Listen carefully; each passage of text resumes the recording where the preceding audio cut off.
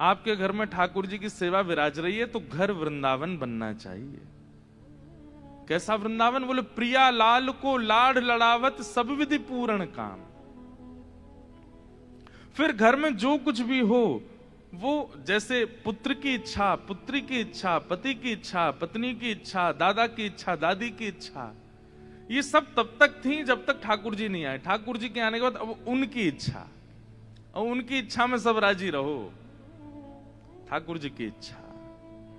ठाकुर जी को यूं लगे कि यार जे गांधी धाम में कोई को घर नहीं है, जे तो वृंदावन है, मैं यहीं रहूंगा, यहीं विराजूंगा। ऐसी कुंज बनाओ, ऐसे चित्र लगाओ, ऐसे सुंदर। हम एक बार मैं कह रहा था ना कथा में कि मैं इतने घरों में गया, पर जिन घरों में जाकर के ये लगता है कि ये जो लाए हैं उन्हीं का घर है, वहां ठाकुर जी नहीं विराजते। जहां घरों में प्रवेश करके ऐसा लगता है कि बाकी सब तो किराए पर रह रहे हैं, ठाकुर जी यहां के मालिक हैं, ये घर तो ठाकुर जी को है। अब लोग बाग अपने घरों का नाम तो रख दे, वृंदा विलास, श्री जी निकुंज आदि आदि, लेकिन घर में प्रवेश करके क्या पता चलता है कि नाम मात्र केवल था, और वो भी उसके भी स्वार्थ था पीछे, कि नाम ऐसा इसलिए रखा कि हमारे घर पे कोई आपत्ति नहीं आवे। नाम भी शुभ इसलिए रखते हैं कि कोई विपत्ति हमारे घर के ऊपर ना आवे, ठाकुर जी के नाम से संबंधी रखो।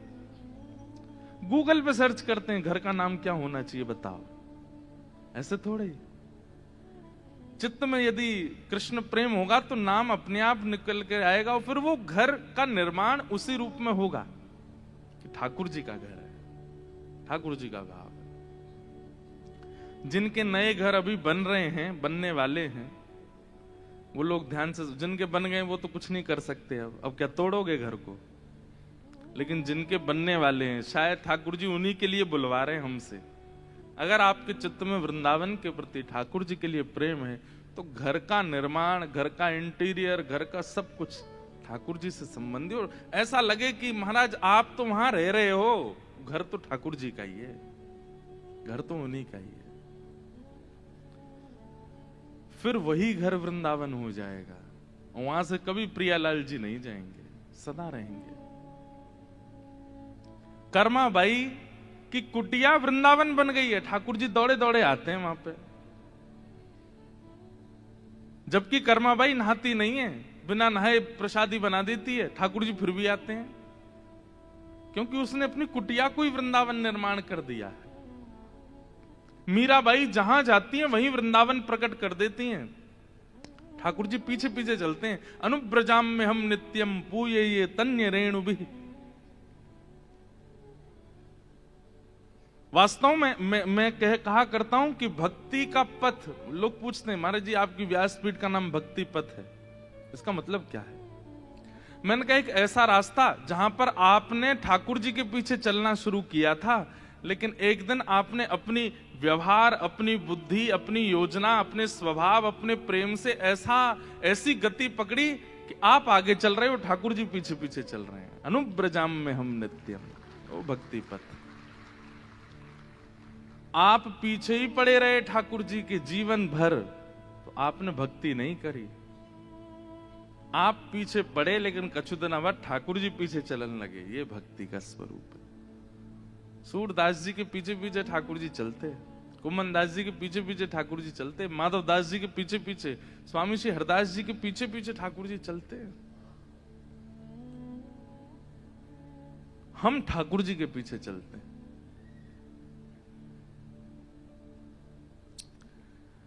तो इसलिए घर का निर्माण वृंदावन जैसा करो। वृंदावन का मतलब क्या है? बोले प्रिया लाल को लाड लड़ावत सभी विधि पूर्ण काम। केवल प्रिया प्रियतम को सुख देने की सामर्थ्य जिसके पास है उसको वृंदावन कहते हैं। जहां के वृक्ष भी प्रियालाल जी के लिए, जहां के फल भी प्रियालाल जी के लिए, जहां का जल भी प्रियालाल जी के लिए, जहां की बालू का भी प्रियालाल, जहां की गली कुंज गली सब प्रियालाल जी के लिए है और किसी के लिए नहीं। हमारे वृंदावन में कुंज गली क्यों? और केवल वृंदावन नहीं, आप लोग अनुमान लगा ले, जहां जहां श्री कृष्ण विराजमान है सब जगह कुंज गली है।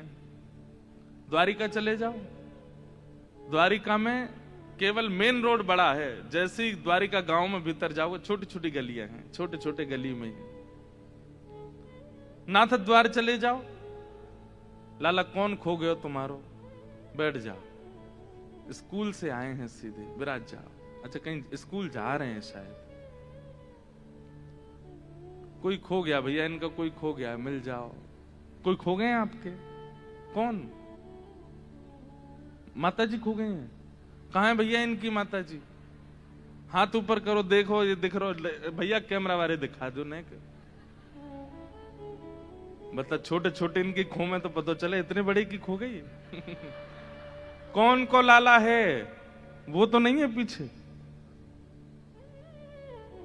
अरे मैया, कहा ठानी मन में, छोराए छोड़ गई सत्संग में। मिली? नहीं मिल रही। रोना नहीं भाई, रुको अभी, आओ आगे। ये कौन? आप इनके हैं? अच्छा ये लो, ये कोई आ गए भैया, ये कोई हैं आपके? अरे वाह भैया, बधाई हो, मिल गए क्या? ये इन्हीं के घर के हैं? अच्छा अच्छा ठीक है। वाह भाई, इतने बड़े बालक को छोड़ के कहां चली गई माता जी?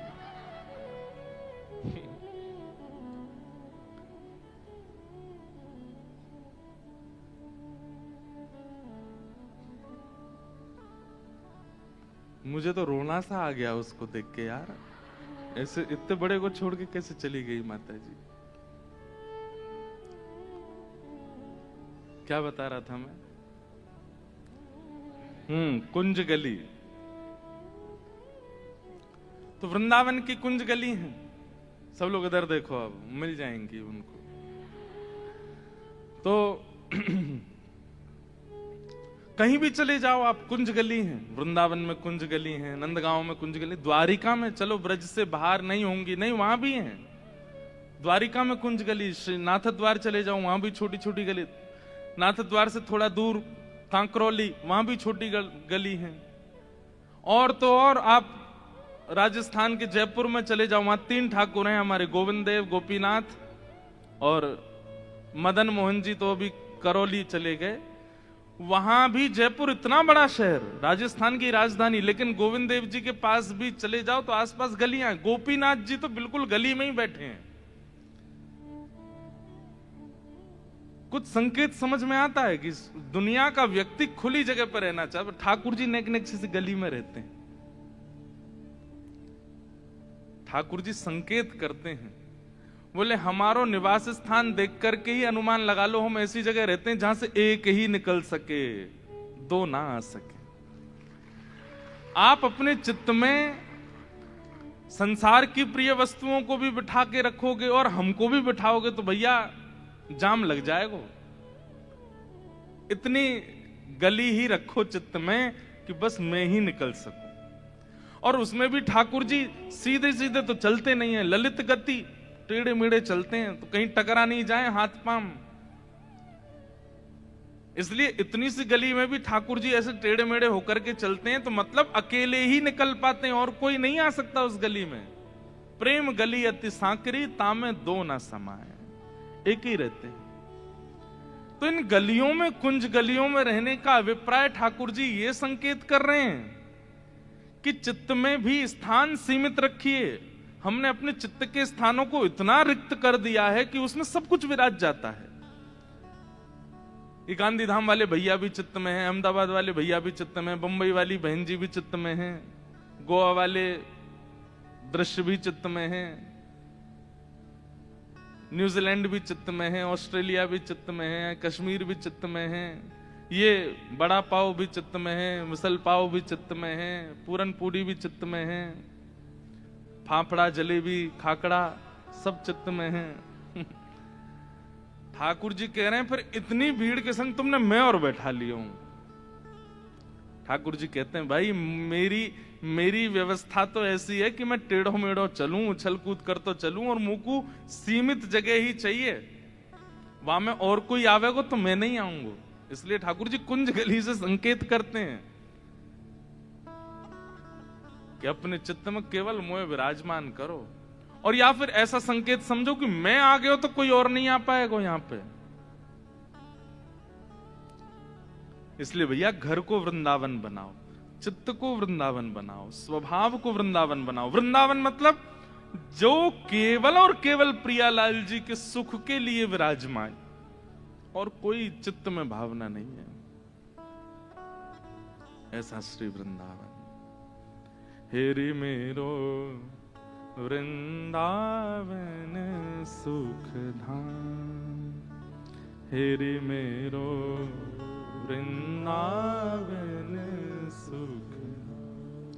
प्रिया लाल को लाड़ लढ़ावत, प्रिया लाल को लाड़ लड़ावत, सब विधि पूरण काम, सब विधि पूरन काम।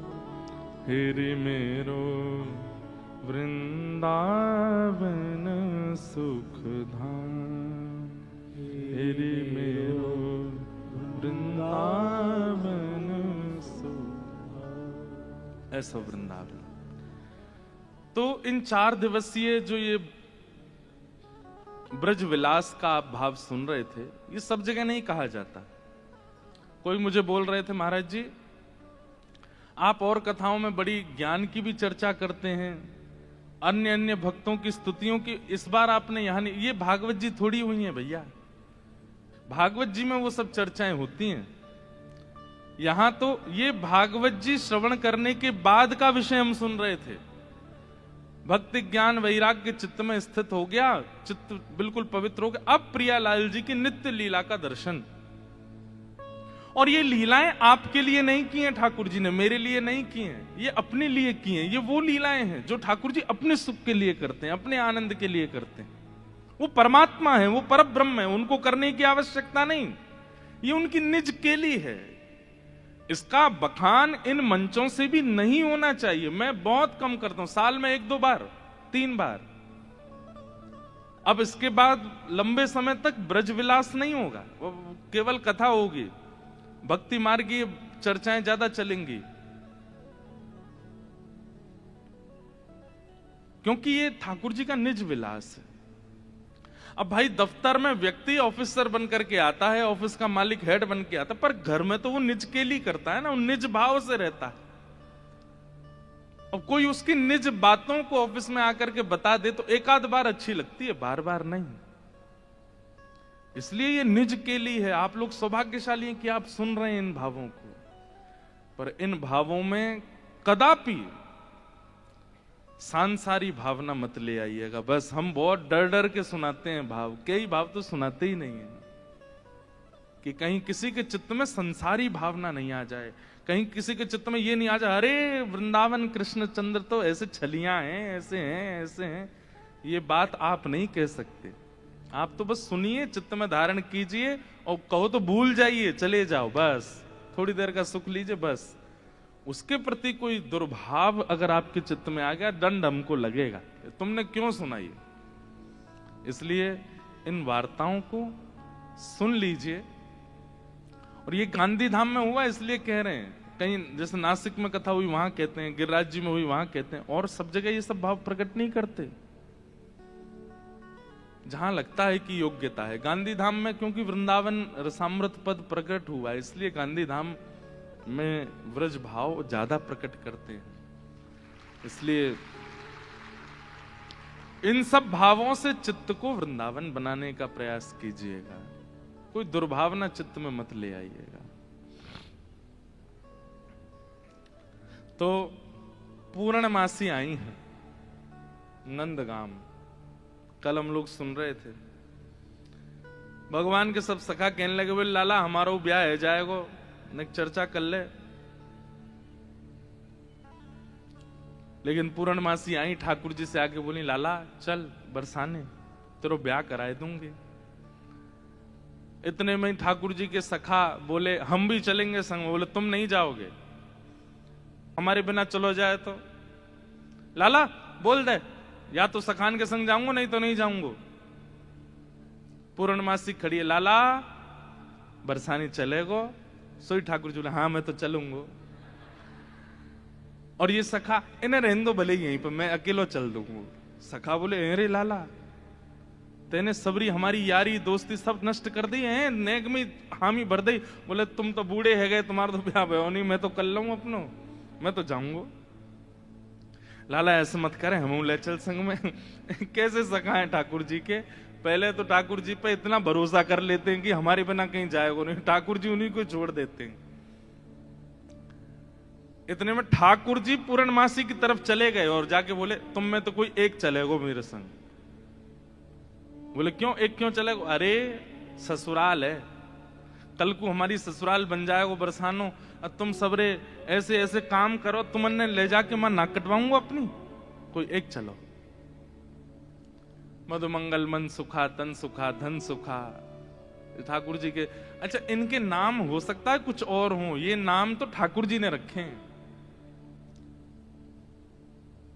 तन सुखा अर्थ क्या निकलेगा? जो तन से बड़ा सुखी है, लेकिन वास्तव में उसको देखो तो उसकी हड्डी गिनने में आ जाएंगी, शरीर बिल्कुल पतला दुबला। ठाकुर जी एक ऐसे धक्का मारे 3 कलामंडी खा जाए। तन से बिल्कुल सूखा हुआ है, उसका नाम ठाकुर जी ने रख दिया तन सुखा। अब कोई दूर से सुने तो कौन आ रहा? बोले तन सुखा आ रहा। बोले तन से बड़ा सुखी, लेकिन देखने में बिल्कुल विपरीत है, उसका नाम ठाकुर जी ने तन सुखा रखा। एक है मन सुखा, मन से जो सुखी है, लेकिन उसको देख लो तो ऐसा लग रहा है कि रो रहा है क्या।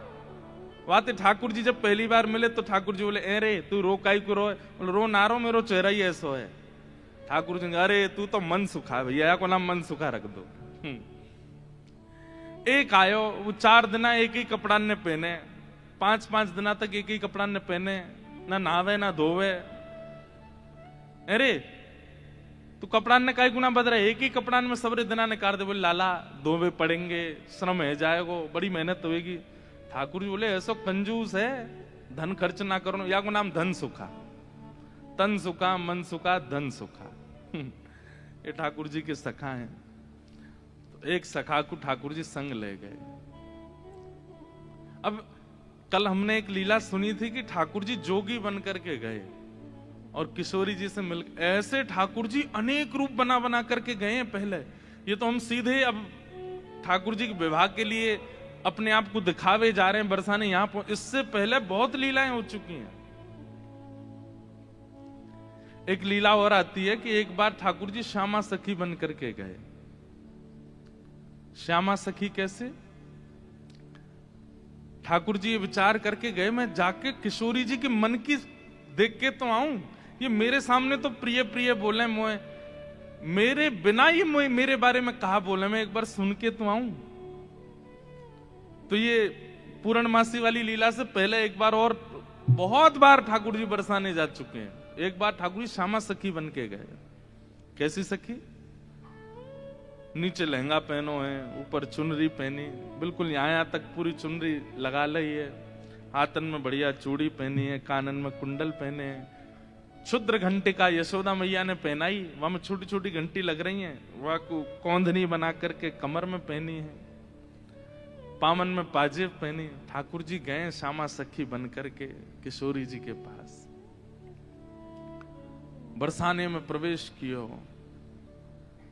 सबरी गोपी के आहा कैसी मनोहर चाल है, नेक सी गोपी कैसी मटक मटक के चल रही है। अरे सखी तू कौन की लाली है? ठाकुर जी तेज तो हैं बोलने में, जो पूछे तू कौन की लाली, बोले तेरी हूं, भूल गई।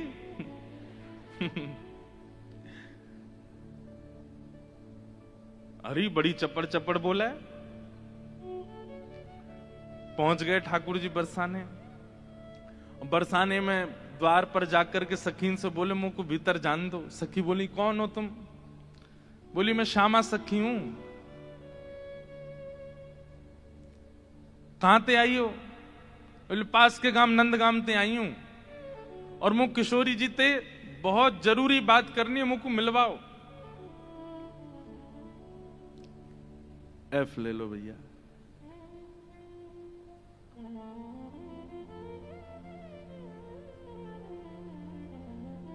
ठाकुर जी भीतर गए। सखीन ने बोले भानु बाबा के पास जाओ, शिकायत आदि करनी है, कोई न्याय चाहिए तो वहां जाओ, ये किशोरी जी के पास आवे के लिए नहीं है। और नहीं, हम तो किशोरी जी से ही बात करेंगी। ऐसी बात है कि मैं वृषभानु जी से ना कह सकूं। सकीन ने जाकर के भीतर किशोरी जी से कही, हे लाडली जो, बाहर एक गोपी ठाड़ी है और यूं कह रही है कि वह को आपसे ही बात करनी है और आपसे बात करके कछु न्याय करानो है। किशोरी जी बोली, अच्छा बुलाओ भीतर। द्वार खुले। आहा, ठाकुर जी बढ़िया चुनरी पहन करके, ये गजगामिनी सी चाल। एक तो चाल ही ठाकुर जी की टेढ़ी मेढ़ी, ऊपर से सखी बन करके और ज्यादा बनावटी चल रहे हैं, तो इतने प्यारे लग रहे हैं। किशोरी जी सिंहासन पर विराज रही हैं और श्याम सुंदर भीतर आ रहे हैं। सब लोग ध्यान से सुनिए। जैसे ही द्वार से भीतर आनो भयो, किशोरी जी तो कहें, अरे सखी, या की चाल तो देख कितनी बढ़िया है। ललिता विशाखा बोली, हाँ चाल तो बढ़िया है। अरे देखियो, या की कमर कैसी सुंदर लग रही है। ललिता विशाखा बोली, श्री जी